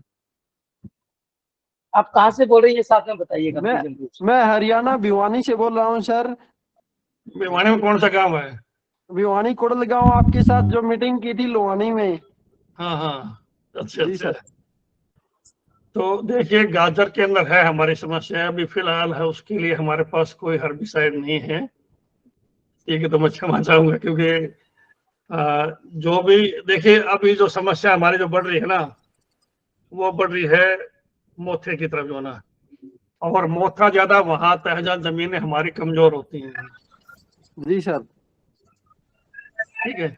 तो मैं ये नहीं कहता भी एकदम ही आप सोयल की फसलिटी को जो है उसकी ताकत को बढ़ा पाओगे, लेकिन ये है कि अगर आप जो सड़कों के ऊपर जो हमारा गोबर का खाद बेकार जा रहा है ना, उसको जमीन में डालिए जो ना, ठीक है, और उससे आपकी पैदावार बढ़ेगी और जमीन की जो कंडीशन है, फिजिकल कंडीशन, वो बढ़ेगी और आपके ये घास कम आएंगे जो ना।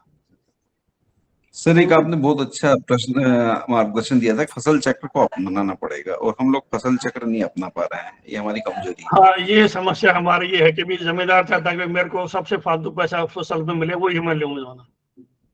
अब पीछे जो हमारे बड़े बूढ़े थे वो हमेशा जो है ना बदलाव करते थे कि भी कहाँ गहरी जड़ वाली फसल है, कहाँ कम वाली है। तो इवन गोदारा साहब कहाँ से वहां पर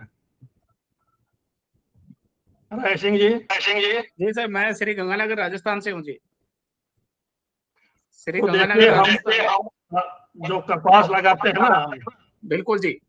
हाँ, तो कपास को भी हम ये चाहते हैं, जैसे मान लो आपने आपकी बार जैसे यहाँ लगाई है, एक फुट यहाँ है, आप कहें यहाँ है, तो अगली बार इसके बीच में लगाइए। सर ये कोशिश करवाई जा रही है। मैं एक्चुअल में इसी लाइन से जुड़ा हुआ हूँ और किसानों को काफी गाइड करता हूँ मैं कि प्रॉपर स्पेसिंग जरूर रखी जाए इसके बीच में। हाँ, स्पेसिंग के साथ में तो जमीन की जो पैदावार है, जो की कैपेसिटी है, वो वहां से हमें मिलती रहेगी जी। और लगातार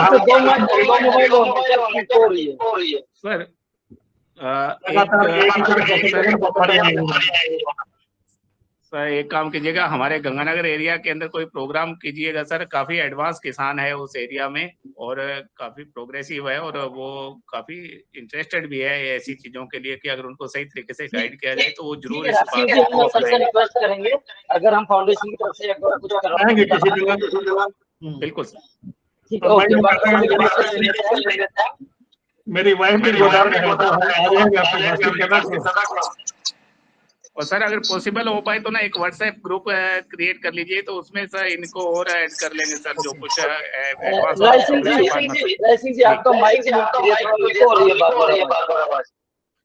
सर मैं ये कह रहा था कि अगर पॉसिबल हो सके तो एक अपने व्हाट्सएप ग्रुप और क्रिएट कर लीजिए, उसके अंदर सभी प्रोग्रेसिव फार्मर जो एडवांस है इंटरेस्टेड फार्मर उनको और ऐड करके और उनको बता दिया जाएगा। और फिर कभी अगर ऐसा मौका मिलता है तो एक प्रोग्राम वहाँ पे करवा लीजिए सर अपने, तो ज्यादा बेहतरीन रहेगा ये। ठीक है जरूर। अब माइक सर मोथा के लिए हम लोगों ने जो ये घास का जो भूसा रहता है उसको खेत में डाल के और पानी पूरी बारिश उसको रखा, तो उस जगह पे हमको मोथा कंट्रोल करने में काफी राहत मिली। हाँ देखिए, जो हमारा कॉमन मोथा है, ठीक है, मोथे की भी बहुत ज्यादा स्पीशीज हैं, तो वही मैंने देखा था भी कहाँ पानी हम खड़ा करके रखते हैं ना वहाँ ये खत्म हो जाता है। जो दूसरे बड़ा मोथा है, छतरी बड़ा मोथा, वो धान वाले खेत में आता है, वो पानी में खत्म नहीं होता।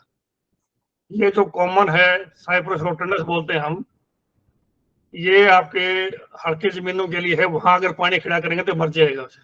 आपकी ठीक है उसमें गेहूं का भूसा हम लोगों ने खेत पे भरते हैं और पूरी बारिश उसको पानी खाने देते हैं। हाँ, गेहूं के स्टोमा से भी यानी केमिकल्स निकलते हैं। ठीक है, हाँ जी KMP sir. I think time का हमारा जो टाइम रहता है सर तकरीबन और है केएमके 97 बाग, ये भी इनका। हाँ तो ले लेते हैं सवाल इनका भी जी। केएमके 1971 लिखा हुआ आ रहा है। हाँ जी पूछिए सर।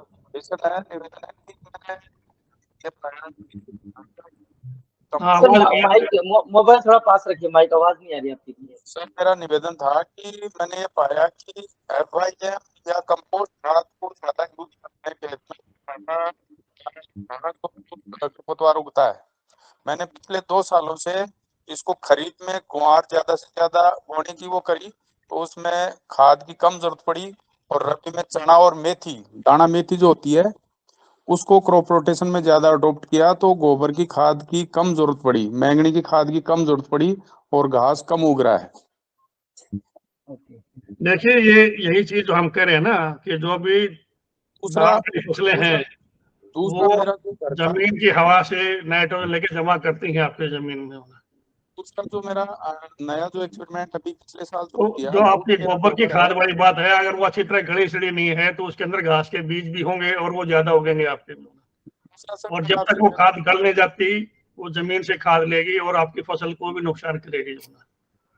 तो गोबर की खाद जो बिल्कुल गली हुई वही प्रयोग करें। उसको वर्मी कंपोस्ट से करें तो सर खाद जो बीज है खाद के अंदर वो शायद इनफर्टाइल हो जाएंगे, ऐसा नहीं है? हो जाएंगे बिल्कुल। और उसके जो तत्वों की जो कंसंट्रेशन है, चाहे आपके नाइट्रोजन की है, फास्फोरस की है, वो गोबर की खाद की बजाय 2-3 गुना हो जाएगी। फर्टिलिटी तो बढ़ जाएगी। मेरा जो है बीज के वो हाँ, घास के बीज भी खत्म हो जाएंगे, वायबिलिटी उनकी जो ना वायबिलिटी खत्म हो जाएगी अपने वर्मी कंपोस्ट से। बिल्कुल बिल्कुल ठीक है sir. Okay thank you sir. आप बता रहे थे अनु मैम, ये कहाँ है, इनके बारे में मैं चाहता हूँ कि अनु मैम भी 2 शब्द बोले। ये सर HU से थी क्या मैम? HU से पढ़ के ये अभी आपके जी अनु जी आ गई हैं। जी बताइए मैम, थोड़ा सा मैं भी जानना चाहता हूँ क्योंकि हमें अनम्यूट कीजिए ma'am Anu ji. Hello ji good afternoon to everyone. Thank you so much. Yes sir, okay so मैं HU से ही पास आउट हूँ, 2019 बैच है and my basic specialisation in genetics and plant breeding and currently I am working in the Shri Vaishnav Vidyapeeth Vishwavidyalaya Indore. मैं यहाँ पे as a working हूँ last 2 years and in previous SGT में job कर रही थी।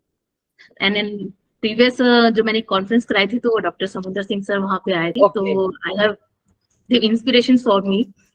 सो आई एम रियली, मैंने देखा जैसे कि सर का कुछ वेबिनार है, तो आई हाईली इंटरेस्टेड, तो that's I am recently joining, तो I have learn things. So thank you so much, sir, for your valuable time. Thank you, sir. And you are always excellent, and you have the good deliberations. So thank you so much, and thank you remaining Dr. Neeraj Singh sir for your give the chance for to joining this your webinar while you are late. Thank you so much.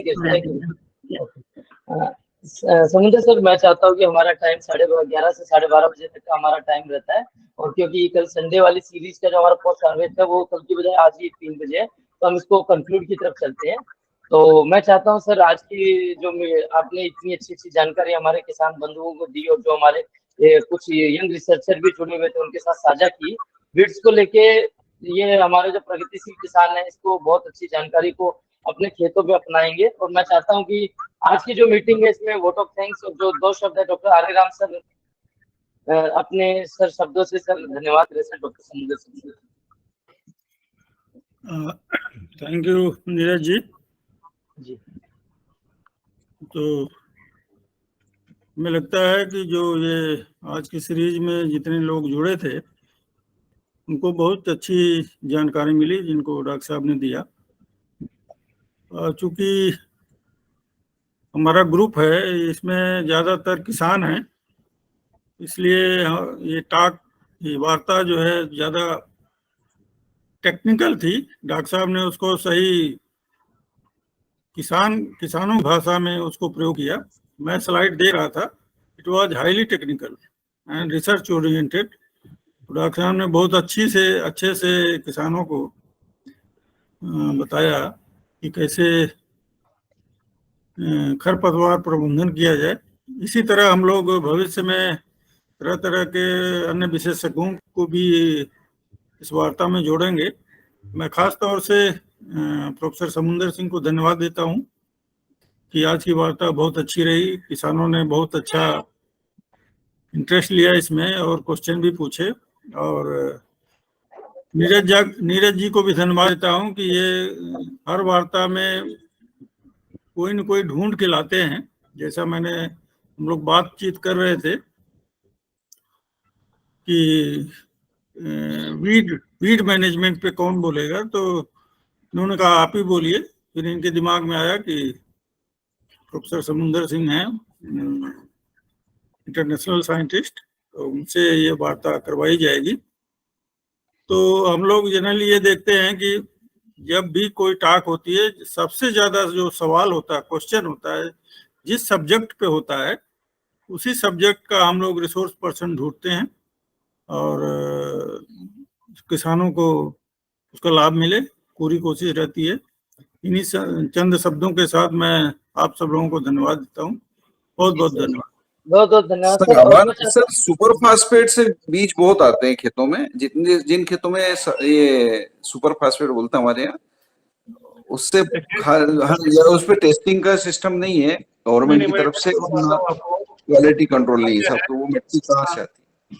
चलो 1 minute. ऐसा होता है, अगर हम nitrogen खाद ज्यादा देते हैं तो हमारे संकरी पत्ती के घास आते हैं।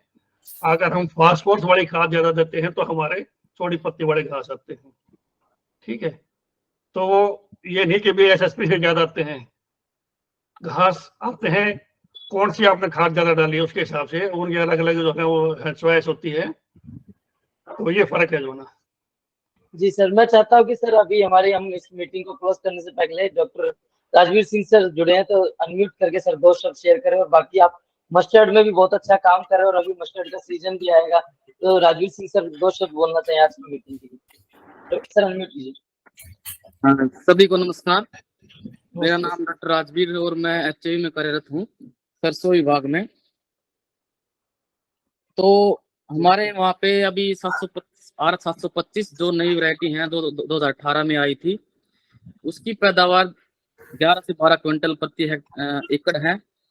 और वो राजस्थान, बिहार, उत्तराखंड नहीं, UP और MP, इन सभी, और अपने पंजाब और कुछ इलाका है जो जम्मू का, और हरियाणा में, तो वो सारी जगह पे है। और वो उसकी मतलब उसकी पैदावार इतनी अच्छी वैरायटी है वो कि मैंने अभी भी मुजफ्फरनगर और अभी कानपुर में सीड उसका 6-6 किलो पार्सल भी करवाया है।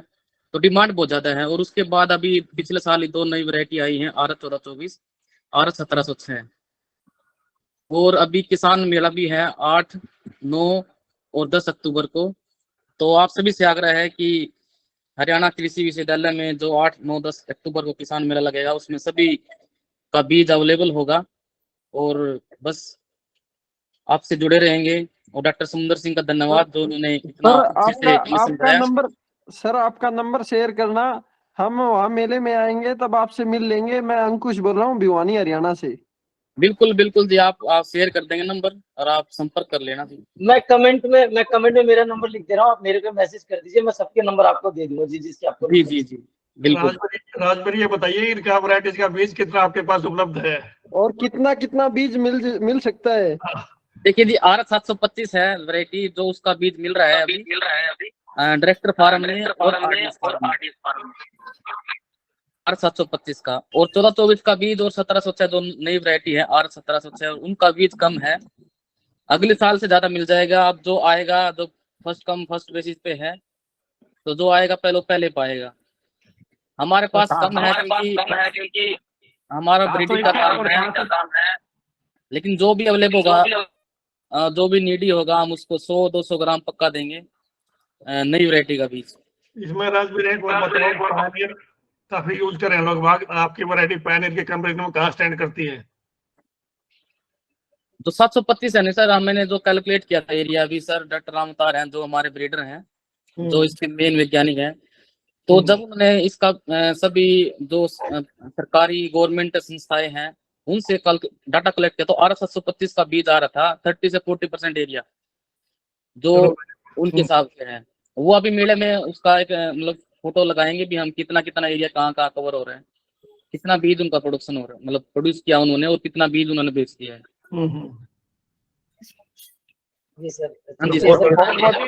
डॉक्टर राजवीर सर, अपने ये 725 के साथ 761 का सीड भी अवेलेबल हो सकता है? हाँ जी 761 का भी अवेलेबल है, 725 का भी जो अभी अवेलेबल है। बिल्कुल जी, ये थोड़ा गंगानगर एरिया में थोड़ा डेवलप करना है इस सीड को, और कई प्रोग्रेसिव फार्मर है इसकी डिमांड कर रहे हैं सर। बिल्कुल, गंगानगर में हमने तो उनको दिया भी है। किनको सर? नाम तो वो नोट है वहाँ पे। ठीक है जी, थोड़ा बताइएगा जी। बता रहे थे कि आपका नंबर जरूर शेयर कीजिएगा राजवीर जी आप। जी सर मैंने कमेंट में मेरा नंबर शेयर कर दिया, आप मेरे को मैसेज कर दीजिए, मैं सबके नंबर आपको दे दूंगा। यहाँ पे पॉसिबल नहीं हो पा रहा है कि सबका नंबर हम एक से करके शेयर करें, आप मेरे को कांटेक्ट कीजिए, मैं सबका नंबर दे। परमजीत जी कुछ कह रहे थे क्या? परमजीत सिंह जी, चलिए ठीक है सर इसमें है ना सरसों के अंदर मरगोजे की काफी समस्या रहती है। मरगोजे की समस्या, गुड क्वेश्चन और बिग प्रॉब्लम। हाँ जी, अब टेम्परेचर भी ज्यादा हाई है और आगे भी थोड़ा हाई दिखने वाला है। ये अल नीनो इफेक्ट के कारण ये आपको दिख रहा है अब टेम्परेचर जो है ना हमारे हरियाणा में और राजस्थान में खासकर। हाँ, तो इसमें तापमान का भी फर्क पड़ता है। और फिलहाल जो हमारे पास जो टेक्नोलॉजी है वो सबसे बेस्ट है ग्लाइफोसेट की, जो ना ग्लाइफोसेट जो हर्बिसाइड है वो हम 25 ग्राम प्रयोग करते हैं 25 ग्राम पे, और 50 ग्राम करते हैं 50 दिन के बाद में। ठीक है, ये एक धोती में 15 लीटर वाले में 3 से 6 ग्राम पड़ेगा, ये कोई ज्यादा नहीं है। ठीक है, एक बार आपने स्प्रे करना सिर्फ पत्ते पे, जमीन पे कर दिया तो हर्बिसाइड काम नहीं करेगा। जी सर, इसमें हमने सर पीछे भी फार्मरों को भी करवाया था हमने डॉक्टर राकेश तंवर जी के साथ मिलके, और काफी अच्छे रिजल्ट भी मिले थे सर। लगभग 70 से 80% तक कंट्रोल हो गया था इसकी जो जड़ गलन। बिल्कुल, हम 100% ये गारंटी नहीं देते हैं। ठीक है, लेकिन फिलहाल ये जो टेक्नोलॉजी है ये पहली बार एचए ने डेवलप की है, वर्ल्ड में और कहीं नहीं है कि मेरे लो यूज के ऊपर सिर्फ 3 ग्राम दवाई में कोई नुकसान नहीं होता। जी सर। सर 3 ग्राम 15 लीटर पानी में बता रहे हैं सर आप? 15 लीटर में 3 ग्राम 8 ढोलकी की हम सिफारिश करते हैं। 8 की 24 25 ग्राम की सिफारिश है। 25 दिन पर, सिंपल सी बात है फार्मर को याद रखने के लिए। 25 दिन पर 25 ग्राम और 50 दिन पर 50 ग्राम, और आपका 70 से 80% जो है रुक जाएगा। चलिए सर, टाइम का हो गया,